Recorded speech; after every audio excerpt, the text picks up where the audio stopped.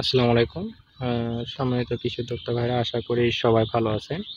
আজকে আপনাদের সামনে নতুন একটি বিষয় নিয়ে আলোচনা করব, এবং মরিচের বিভিন্ন রোগবালাই নিয়ে এবং পোকামাকড় নিয়ে। বর্তমানে মরিচের জন্য বিভিন্ন প্রকার জাত আমরা চাষাবাদ করেছি, যেমন নাগা ফায়ার, ওয়ান প্লাস, ধূমকেতু কিংবা বিজলি 20-20 প্লাস, বিভিন্ন রকমের মরিচের জাতগুলো আমরা চাষাবাদ করেছি। তো এই ফসলগুলো বিভিন্ন পোকামাকড়ের হাত থেকে রক্ষা করতে গেলে আমাদেরকে বিভিন্ন প্রকার কীটনাশক এবং বিভিন্ন প্রকার স্প্রে করতে হয়। যে স্প্রেগুলো আমরা যদি সঠিক সময়ে করি এবং সঠিক সময় করলে আমরা সঠিক সেই সমাধানটি অবশ্যই পেয়ে যাব। তো দেখতে পাচ্ছেন এই জাতটি হচ্ছে অ্যাগ্রোওয়ানের নাগা ফায়ার। বর্তমানে গাছের বয়স 35 থেকে 40 দিনের মধ্যে চলতেছে, এবং এখানে মরিচের সাথে সাথী ফসল হিসেবে আমি পেঁয়াজ রোপণ করেছিলাম। পেঁয়াজও মাশাআল্লাহ খুব ভালো হয়েছে, দেখতে পাচ্ছেন। আর সাথী ফসলে যে পেঁয়াজ করলে এখানে কোনো যে সমস্যা কিংবা কোনো ক্ষতি হচ্ছে এটা আমি একদমই দেখতে পাচ্ছি না। আপনারা যদি কখনো এই সময় যদি মরিচ চাষ করেন, মরিচের সাথে অবশ্যই এটা হচ্ছে পেঁয়াজ চাষ করতে পারবেন। পেঁয়াজ করলে আপনি এটা সাথী ফসল হিসেবে একটা আলাদাভাবে একটা ফসল আপনি পেয়ে যাবেন। বর্তমানে এই সময়ে যে রোগবালাইটি আমরা বেশিরভাগ লক্ষ্য করতে পারছি, বিশেষ করে হচ্ছে মরিচের জাপ পোকা। মরিচের জাপ পোকা প্রধানত মরিচ গাছের পাতার নিচে এবং কচি পাতায় এই পোকাটি আক্রমণ করে থাকে। এই পোকাটি কীটনাশক স্প্রে করার 8 থেকে 10 দিন পর আরেকবার এই পোকার লক্ষণটি দেখা যায়। এই সময়ে একটু কুয়াশা, একটু তাপমাত্রার কারণে এই পোকার উপদ্রবটি বেশি দেখা যায়। তো এই পোকার হাত থেকে রক্ষা পেতে গেলে আমাদেরকে ইমিডাক্লোপিড গ্রুপের ওষুধ, ইমিটাফ অথবা নিয়ামত আমরা স্প্রে করতে পারি। ইমিডাক্লোপিড গ্রুপের ওষুধ লিটারে 1/2 মিলি করে দিয়ে স্প্রে করলে এই পোকার হাত থেকে অবশ্যই রক্ষা পাওয়া যাবে। মরিচের জাপ পোকা এবং বিভিন্ন জায়গায় ম্যান্দা পোকা নামেও পরিচিত এই জাপ পোকাটি আমাদের টাফগড় ডাইমেথয়েড গ্রুপের ওষুধ যদি আমরা স্প্রে করি তাহলে এই পোকাটি সবগুলো পোকাই মারা যাবে। এই যে দেখতে পাচ্ছেন একটা কোনো পোকাও নেই, এই পোকা ওষুধ দেওয়ার পরে সবগুলো পোকাগুলো কিন্তু মারা গিয়েছে, দেখতে পাচ্ছেন। কারণ আমি যে ওষুধটি স্প্রে করি, স্প্রে করার পর যখন ভালো রেজাল্ট আসবে, ভালো সুফল পাওয়া যায়, আমি সেই ওষুধটি আপনাদের সামনে বিষয়টা আমাদের সামনে তুলে ধরে থাকি। তো দেখতে পাচ্ছেন কোনো পোকামাকড় নেই, যদিও দেখা যাচ্ছে, কিন্তু এগুলো সবগুলোই কিন্তু পোকামাকড়গুলো মারা গিয়েছে। তো জাপ পোকার জন্য আমরা এই ওষুধগুলো স্প্রে করব। পাশাপাশি লাল মাকড়ের জন্য আমরা পাইরিন স্প্রে করতে পারি। পাইরিন হচ্ছে পাইরাডাবিন গ্রুপের ওষুধ। পাইরাডাবিন 20%, এটি লিটারে 1 থেকে 1.5 গ্রাম হারে গাছের বয়স অনুযায়ী আমরা স্প্রে করতে পারবো। আর একটি যে কাজটি করব ছত্রাকনাশকের জন্য, ছত্রাকনাশকের জন্য আমরা ম্যানকোজেব প্লাস কার্বনডাজিম গ্রুপের ওষুধ লিটারে 1 থেকে 1.5 থেকে 2 গ্রাম হারে আমরা স্প্রে করতে পারি। এটি হচ্ছে 7 থেকে 10 দিন পর পর স্প্রে করব অবশ্যই। সাদা মাছির জন্য আমরা যেটা স্প্রে করব এটি হচ্ছে ইউপিএল কোম্পানি উলালা। 16 থেকে 20 লিটার পানিতে 6 থেকে 7 গ্রাম দিয়ে পাতার নিচে এবং উপরের দিকে আমরা অবশ্যই স্প্রে করার চেষ্টা করব। এছাড়াও সাদা মাছির জন্য আমরা যে ওষুধটি স্প্রে করতে পারবো সেটি হচ্ছে ট্যাম্পেস্ট। আমরা লিটারে 1 থেকে 1.5 মিলি হারে স্প্রে করতে পারি, অথবা ইয়োকা নেটিভ প্রোকেয়ার কোম্পানির ওষুধ। এটা ইয়োকাটি সাদামাছি এবং মাকড়ের জন্য এটি ভালো কাজ করে থাকে। সাদামাছি মাকড়ের জন্য আমরা অবশ্যই ইয়োকাটি স্প্রে করতে পারবো।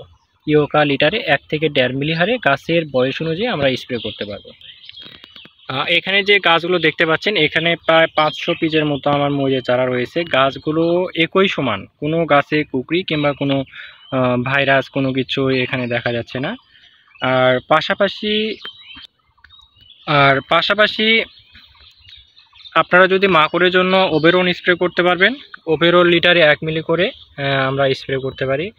আর ওভেরন যদি বিভিন্ন জায়গাতে আমরা এই ওষুধটি না পেয়ে থাকি তাহলে 1.8 EC মাকড়ের জন্য 1.8 EC এই মাকড়নাশকটি আমরা অবশ্যই স্প্রে করতে পারবো।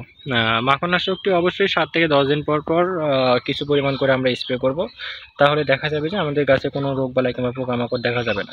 আর বিশেষ করে পিজিআর, এটা অ্যাগ্রোনে পাওয়া যাবে, এটা হচ্ছে গ্রিন প্লাস, নেটিভ প্রোকেয়ার কোম্পানি। এটি রেজাল্টটা খুব ভালো। এই পিজিআরটি যদি আমরা ব্যবহার করি অবশ্যই এটি গাছের কাণ্ড মোটা করে এবং ফুল ফল বৃদ্ধি করে এবং গাছকে গাঢ় সবুজ করে। তো এই পিজিআরটি অবশ্যই আপনারা যদি পারেন ব্যবহার করতে পারবেন, লিটারে 1 ml করে। এটা 10-12 দিন পর পর আমরা স্প্রে করব। আর রোগবালাই বিষয়টি হচ্ছে আমরা সঠিক সময়ে জমিতে যাব প্রতিদিন। আমরা যে ফসলটি আমরা চাষাবাদ করি না কেন, এটা প্রতিদিন আমাদেরকে জমিতে যাইতে হবে এবং জমি ভিজিট করতে হবে, যে আমরা কোন সময়ে কোন ওষুধটি স্প্রে করতে হবে। পোকামাকড় মানে শনাক্ত করার পরে আমরা ওষুধগুলো স্প্রে করব অবশ্যই। আর জমি ভিজিটের মাধ্যমে, যেখানে আপনি শুধু জমিতে যাচ্ছেন গিয়ে উপর থেকে দেখতেছেন, এটা কখনোই করা যাবে না। আপনি জমিতে প্রতিদিন যাইতে হবে সকাল এবং বিকালে, এবং জমির পাতার উপরে এবং নিচে সমস্ত কিছু ভালোভাবে এটা আপনাকে দেখতে হবে যে কোনো রোগ কিংবা কোনো পোকামাকড় আছে কিনা। তো এই বিষয়গুলো আমাদেরকে অবশ্যই লক্ষ্য করতে হবে। আমরা যদি বিশেষ করে এখন যারা শশা চাষ করেছি, হঠাৎ শশা চাষ করলে আমরা কিন্তু দেখি অনেকেই জমিতে যায় না, কিন্তু 2-1 দিন পর জমিতে গিয়ে দেখি একদম অবস্থা খুব খারাপ, পোকামাকড় রোগবালাই লেগে আমাদের সমস্ত গাছগুলো কিন্তু আমাদের ছত্রাকের অথবা ডাউনি মিলি রোগে কিন্তু আক্রমণ হয়ে যায়। তো এই বিষয়গুলো আমাদেরকে অবশ্যই লক্ষ্য রাখতে হবে যে জমিতে অবশ্যই যাইতে হবে। জমিতে যাওয়ার মাধ্যমে রোগবালাই শনাক্ত করার মাধ্যমে আমরা অবশ্যই কীটনাশক স্প্রে করব। আর বিশেষ করে আমরা যারা মরিচ চাষ করছি, এই সময়ে হঠাৎ করে গাছ কুকরি হয়ে যাচ্ছে কিংবা গাছের পাতাগুলো এই যে কালো আকৃতির হয়ে যাচ্ছে, এই বিষয়গুলোর জন্য আপনারা অবশ্যই এই সময়ে অন্ততপক্ষে 7 থেকে 7 দিন পর পর, অর্থাৎ 7 দিন পর পর 3 বার, এক লাগারই 3 বার আপনি অবশ্যই জাপ পোকার ওষুধটি স্প্রে করবেন। এটা জাপ পোকার রস চুষে খাওয়ার কারণে পাতাটা হলুদ হয়ে এটা ঝুরঝুর হয়ে পড়ে যাচ্ছে। আর অবশ্যই এই সময়টাতে মরিচের গাছে আমরা ড্রেনটা অবশ্যই একদম বেশি শুকাবো না, মানে হালকা হালকা একটু ভিজা ভিজা রস রাখবো। কারণ যদি দেখা যায় অনেক দিন পর যদি আমরা মাটিটি শুকানোর পরে যখন আমরা সেচ দিই, তখন গাছগুলো অবশ্যই স্টক করে কিন্তু মারা যায়। তো সেই ক্ষেত্রে আমাদেরকে 3 থেকে 4 দিন পর পর হালকা পরিমাণ করে আমাদেরকে জমিতে অবশ্যই সেচ প্রদান করতে হবে। পানির পরিমাণটা কম দিব, কিন্তু আমরা সেচটি বারে বেশি দেব, যাতে গাছের গোড়া ঠান্ডা থাকে এবং মাটিটা অবশ্যই যাতে ঠান্ডা থাকে। আর বিশেষ করে আমরা যদি মরিচ চাষ যারা করতেছি, মরিচ চাষ করতে গেলে অবশ্যই আমাদেরকে যে কাজটি করতে হবে সেটি হচ্ছে ইউরিয়া কখনো প্রয়োগ করব না। যদিও প্রয়োগ করে থাকি, চারা লাগানোর 10 থেকে 15 দিন পর একবার উপরে প্রয়োগ করব ইউরিয়া। এছাড়া এরপরে আমরা কখনো দ্বিতীয়বারে কোনো ইউরিয়া ব্যবহার করব না, কারণ ইউরিয়া ব্যবহার করলে গাছ গাঢ় সবুজ হয় এবং গাছগুলো কুকড়ে যায়। আমরা সবসময় সরিষার গুঁড়াখোল, ডিএপি, টিএসপি এই খাবারগুলো আমরা ড্রেনে সেচ করার পর আমরা এই খাবারগুলো আমরা জমিতে দিয়ে দিব। আর একটি বিষয় যেটা বলতে চাচ্ছি, সেচটা আমি যেভাবে বললাম, আগেও বললাম যে পানির পরিমাণটা কম দিয়ে জমিতে যাতে হালকা ভেজা ভেজা থাকে এরকম ভাব রাখতে হবে। দেখেন আমি ড্রেন কিন্তু হালকা কিন্তু ভেজা ভেজা আছে, ড্রেনে দেখতে গেলে কোনো একদম শুকনা নেই, দেখতে পাচ্ছেন। আর গাছগুলো দেখেন মাশাআল্লাহ খুব সুন্দর হয়েছে, কোনো গাছে কুকরি কিংবা কোনো কিছু নেই। আর আমার এখানে কিন্তু অলরেডি মরিচ কিন্তু চলে এসেছে, অসংখ্য মরিচ। আর মরিচের কিন্তু কোনো ফুল কিন্তু হলুদ হয় নাই, এখানে দেখতেই পাচ্ছেন অলরেডি খুব সুন্দর হয়েছে। আর বিশেষ করে কোনো পোকামাকড় কিংবা কোনো রোগবালাই এখানে নেই। একটা সুন্দর একটি প্রজেক্ট এখানে আপনাদেরকে দেখানো হচ্ছে আজকে। আর আরেকটা বিষয় যেটা বলতে চাই, অবশ্যই আপনারা যখন পিজিআর কিংবা কোনো কিছু স্প্রে করবেন, পিজিআর স্প্রে করার পর অবশ্যই আমরা ছত্রাকনাশক যে কোনো একটা স্প্রে করব, এতে করে গাছটি শক্ত থাকবে, কোনো রোগবালাই কিংবা কোনো ছত্রাকের আক্রমণ দেখা যায় না।